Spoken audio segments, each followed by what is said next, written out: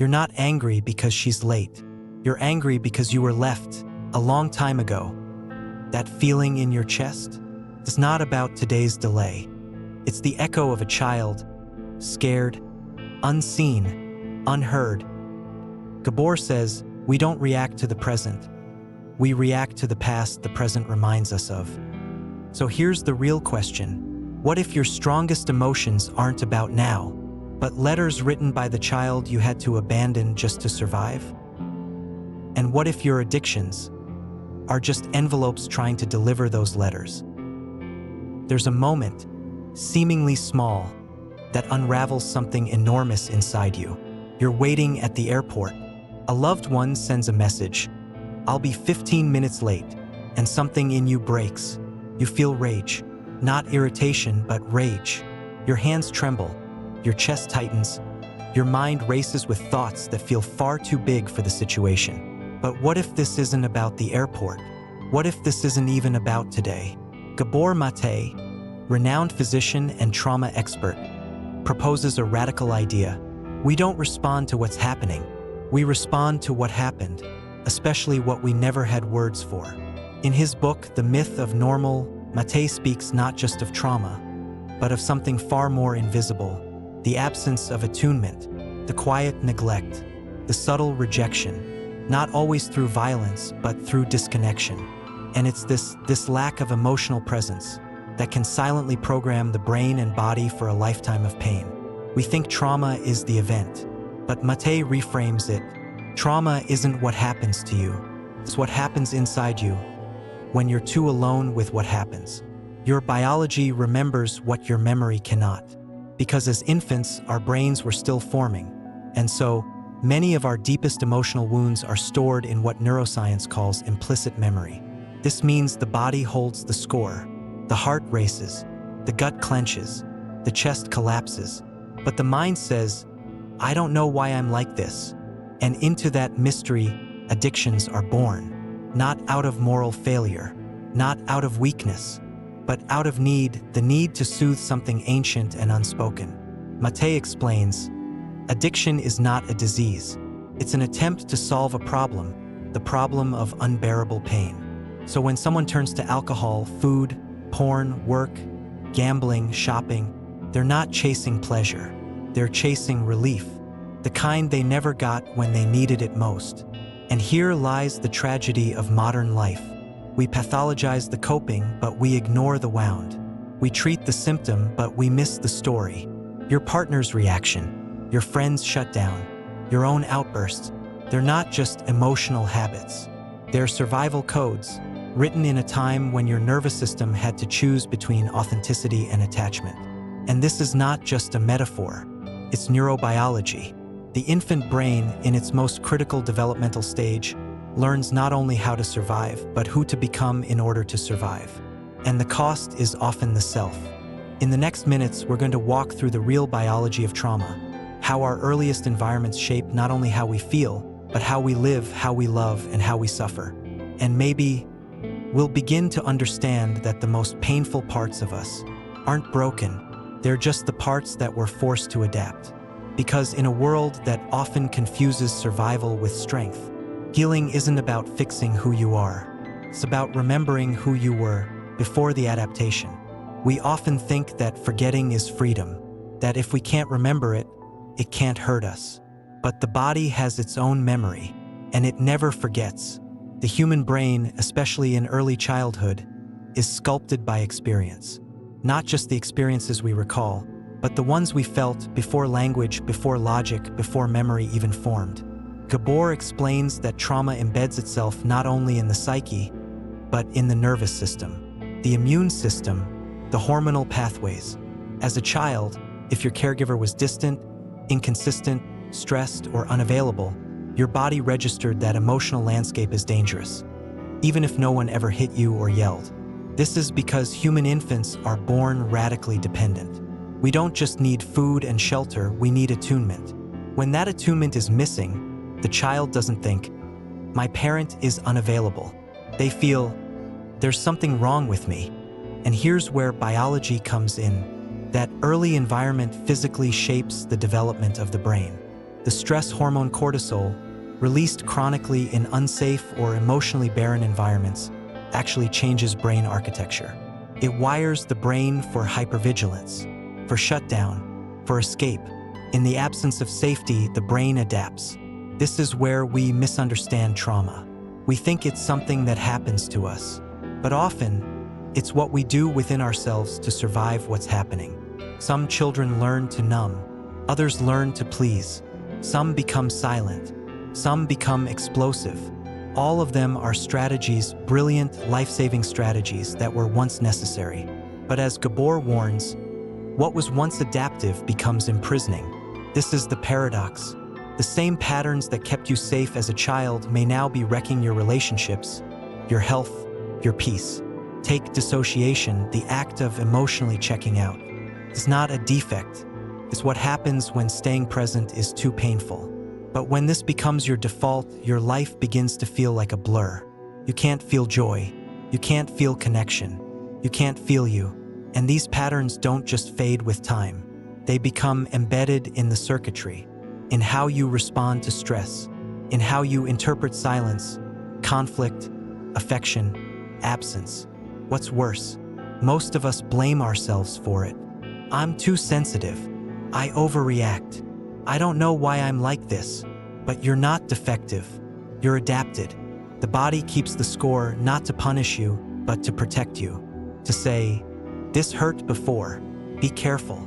And unless we learn to decode these signals, we stay trapped in a biology built for survival, not connection. What if the real healing begins not with learning something new, but remembering what your body has always known? Because maybe the pain isn't proof that something's wrong with you. Maybe it's proof that something happened to you. What if your illness is your body speaking the words your mouth never could? For most of us, pain is something to fix, a malfunction, problem, a defect. But what if pain, especially chronic pain, is not a sign of weakness but a messenger? Gabor Maté proposes a radical shift in perspective. The body expresses what the mind suppresses. In other words, disease is not just physical. It is biological communication, the body's attempt to articulate what was once emotionally unspeakable. Consider this: autoimmune disorders, anxiety, chronic fatigue, migraines, even some forms of cancer. All of these, Maté suggests, may reflect a deeper emotional wound. Not the disease itself, but the soil in which it grows. He's not alone in this. Neuroscientific studies have shown that unresolved trauma affects the hypothalamic pituitary adrenal, HPA, axis, the system that regulates our stress response. When this system is overactivated for too long, it begins to turn against itself. Literally, this is what happens in autoimmune diseases. The body attacks its own tissue. And metaphorically, isn't that what many of us do every day? We silence our needs. We suppress our anger. We stay quiet to be loved. We betray ourselves to be accepted. And the body, unable to scream, breaks. In a culture that rewards self-sacrifice and punishes vulnerability, we internalize this. To be good is to be compliant. To be healthy is to keep going, no matter how much it hurts. But Maté reminds us, the question is not why the addiction or the illness, but why the pain? Because pain is always telling a story. And in many cases, it's an old one. A story about a child who had to become the adult in the room. A story about a teenager who smiled while falling apart. A story about someone who had to be strong because no one else was. Pain becomes the language of what wasn't seen. And healing begins when we learn to listen. This doesn't mean abandoning science or medical treatment. It means widening our lens. Instead of asking only what's wrong with you, we start asking what happened to you. And then deeper still, what have you been carrying in silence for far too long? Illness, in this view, is not the enemy. It is the signal. It forces a pause, a reckoning, a return to parts of us we left behind. So maybe the goal isn't to get back to normal. Maybe it's to finally listen, not just to the symptoms, but to the soul. Because when the soul whispers and we don't listen, the body will scream. And the scream always has something sacred to say. And if we dare to pause, to breathe, to listen deeply enough, we may finally hear what our younger self has been aching to tell us. Please, don't leave me behind again. There's a cruel misunderstanding many of us carry, buried deep inside. I was too much. I was too needy. I was hard to love. But what if the truth is this? You weren't difficult to love. You were simply in a place where love couldn't reach through its own fear of pain. Children are born wired for connection. We cry, we reach, we demand to be seen because our survival depends on it. And when that reaching is met with silence, discomfort, or punishment, we don't stop needing. We just stop showing. This is where the wound begins, the fracture between authenticity and attachment. Gabor Maté explains that two fundamental needs define our early development: the need for attachment, to be connected, protected, held, and the need for authenticity, to be true to what we feel and who we are. But in many childhoods, these needs collide. When a child expresses anger, sadness, fear, and that expression threatens the parent's ability to stay present, supportive, or loving, the child quickly learns, if I am fully myself, I might lose the connection I need most. And so begins the trade: authenticity for acceptance, selfhood for survival. The cost? We grow into adults who don't know what we feel, who can't say what we need, who smile through grief, laugh through pain, and stay silent when everything inside is screaming. We become agreeable, pleasant, productive, but inside we're hollow. And worse, we often blame ourselves for it. We look at our anxiety, our numbness, our inability to feel joy and wonder. What's wrong with me? But nothing is wrong with you. What's wrong is the story you had to write just to stay safe. A story where your emotions were liabilities, where your sadness was inconvenient, where your truth was too loud. Children internalize everything. If love withdraws when we cry, we learn that tears are dangerous. If presence disappears when we speak up, we learn that silence is safer. Over time, this becomes identity, not because it reflects who we are, but because it was how we stayed connected to those we needed most. This is not a failure of love. Often, our caregivers were doing the best they could under their own unhealed burdens, but their inability to hold space for our pain became the blueprint for how we relate to ourselves. And so we grow up not truly knowing what it feels like to be fully seen, not because we were unlovable, but because the people around us were unequipped to love through pain. We start believing we must earn love, perform for it, prove we're worthy. We become adults who confuse attention with affection, control with care, silence with peace. We lose ourselves piece by piece for the comfort of being wanted, even if it's conditional. What if the part of you that still aches isn't broken? It's just waiting for a kind of love that never had a chance to arrive? And what if that love has to start with you? Addiction is not about pleasure, it's about pain. That line, simple and devastating, echoes through the work of Gabor Maté.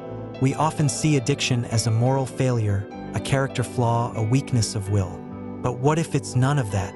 What if addiction is simply a desperate attempt to feel something that once felt impossible to feel safely? Connection, calm, relief, love? Addiction doesn't start with a substance. It starts with a wound. A child who felt alone in their fear. A teenager who had no one to talk to about their shame. An adult who carries a lifelong ache they can't name, only numb. And when nothing outside offers comfort, we turn inward to anything that offers momentary escape. Food, alcohol, porn, work, shopping, social media, control, perfection. Anything that can create, even for a fleeting moment, the illusion of safety. Because here's the truth. Addiction isn't about getting high.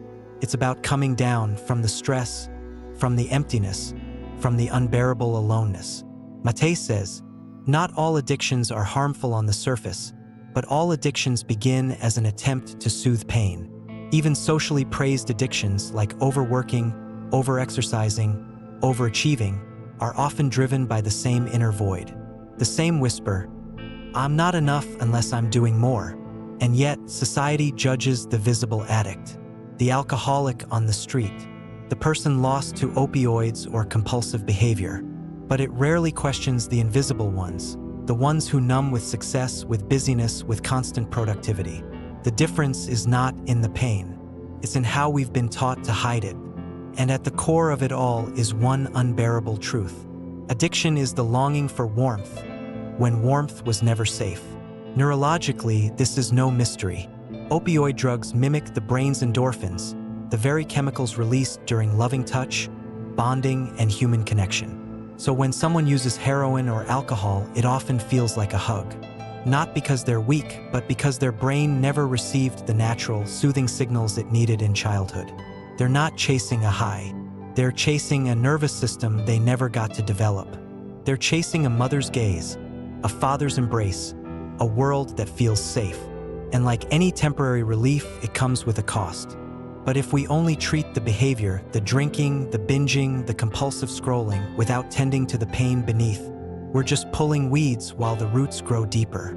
Healing from addiction is not about discipline. It's about compassion.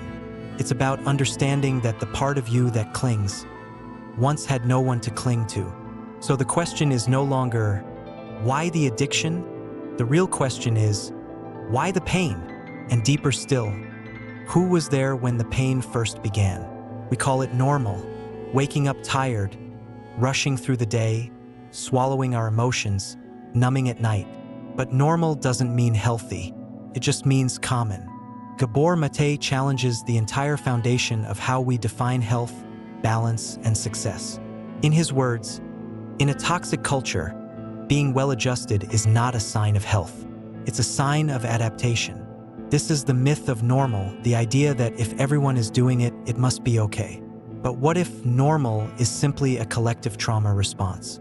A society addicted to productivity, disconnected from the body, allergic to stillness, where children are praised for independence, even if that independence was forged through emotional neglect, where adults are rewarded for burnout, anxiety, and hyperachievement, as long as they keep delivering. We've normalized dysfunction. Anxiety is now seen as ambition. Overworking is a badge of honor. Disconnection is masked as self-reliance. We scroll endlessly, but feel lonelier than ever. We communicate more, but connect less. We look fine, but we don't feel alive. Maté argues that this cultural illusion is deeply dangerous, because it not only masks our pain, it gaslights it. It tells us, if you're struggling, something must be wrong with you. But maybe there's nothing wrong with you. Maybe your body is responding exactly as it should to an environment that demands too much and offers too little. Think about this. What if your fatigue isn't laziness, but grief? What if your lack of motivation is your nervous system saying, I can't keep pretending everything's fine? Modern life pulls us away from ourselves. We're told to chase goals, optimize schedules, fix flaws. But we're rarely told to rest, to feel, to listen inward. This is where the culture becomes the wound. It teaches us to survive by disconnecting, to perform rather than be present, to numb rather than feel. And the tragedy? We start to believe that this numb, functional version of ourselves is the real us. But underneath that performance lives a person, aching to feel whole, not productive, not perfect, just whole. So when Maté speaks of healing, he's not talking about going back to how things were. He's talking about waking up from the trance. He's talking about remembering that your worth was never meant to be measured in tasks, likes, or achievements. In a world that celebrates performance, choosing presence is a radical act. In a culture that rewards control, softness becomes a rebellion. Healing, in this context, becomes an act of quiet revolution. It's not about withdrawing from the world. It's about engaging with it differently. It's about choosing depth over speed, stillness over noise, honesty over perfection. Maybe healing starts the moment you stop trying to be normal and start remembering what it feels like to be human. Because in the end, normal never really saw you, but the truth might finally set you free. Recovery is not about fixing what's broken. It's about remembering what was forgotten, what was buried, what was once too painful to carry in the open. When Gabor Maté speaks of healing, he doesn't speak of becoming someone new. He speaks of becoming someone old, the you that existed before the adaptations, before the shutdown, before the people-pleasing, before the body learned to silence its own scream just to survive the day. So many of us are trying to become better, stronger, more productive, more disciplined. But what if the real work is to become whole? To look at the parts of you that you were taught to hide, the neediness, the fear, the rage, the longing, and say, "You're allowed. You make sense." Because maybe the most courageous act isn't overcoming your pain, sitting with it, listening to it, letting it tell its story uninterrupted. And that story, your story, is not one of weakness. It's one of resilience, of a nervous system that bent, twisted, and reshaped itself to survive an environment it never chose. Of a child who learned to disappear so others could stay comfortable. That child still lives inside you, and they are not asking for you to fix them. They're asking to be held. Recovery, then, is not the end of pain. It's the beginning of relationship with the pain, with the past, with the truth. It is the slow and sacred act of saying to yourself, "I believe you. I won't leave you again." It's realizing that the emotions you were once punished for, the ones you now numb through scrolling, eating, working, or isolating, are not enemies. They're messages. Grief says, "Something mattered." Anger says, "A boundary was crossed." Fear says, "I don't feel safe." Longing says, "I still believe connection is possible." And maybe, just maybe, that means you're not broken. You're alive. As Maté reminds us, healing doesn't mean becoming immune to pain.